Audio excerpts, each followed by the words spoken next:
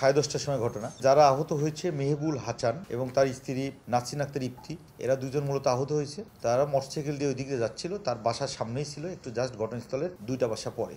আর এদের পাশ দিয়ে উচ্ছৃঙ্খলভাবে 3টি ছেলে 2টি বাইকে যাচ্ছিল। ঠিক যেখানে রাস্তাটা টার্নিং আছে ওইখানে যে একটি রিক্সাকে ধাক্কা দেয় ওই উচ্ছৃঙ্খল যারা অপরাধী তাদের একটি মোটরসাইকেল ধাক্কা দিলে রিক্সাওয়ালা নেমে এসে এটা প্রতিবাদ করার পরে যখন ভিকটিমদের পাশ দিয়েও যাওয়ার সময় উচ্ছৃঙ্খলভাবে যাওয়ার কারণে সেও এটা রিক্সাওয়ালার পক্ষ নিয়ে এদেরকে অপরাধীদের সাথে প্রতিবাদ করে এবং অপরাধীদের একজনকে কলার ধরে। মূলত সূত্র এটা নিয়েই তখন তাদের মধ্যে একজন ফোন করে তাদের সহপাঠীদের সংবাদ দেয়। সহপাঠী আরো দুটা ধারালো দেশীয় অস্ত্র এনে এই ঝগড়াঝাটি অবস্থায় তাদের স্বামী স্ত্রীকে কোপ দেয়।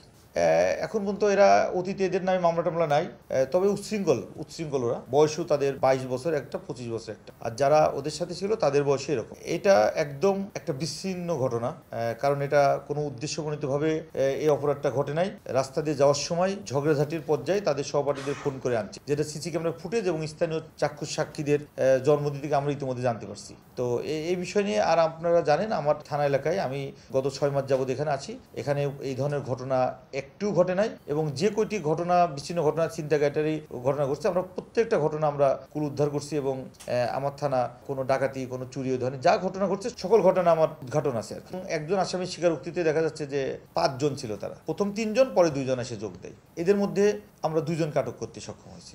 মামলা প্রক্রিয়াধীন, এটা এখন আশঙ্কামুক্ত তারা আছে। ওখানে আমাদের একটি টিম আছে, তাদের কথা বলছে, তারা এভার কেয়ারের চিকিৎসাধীন অবস্থায় আছে।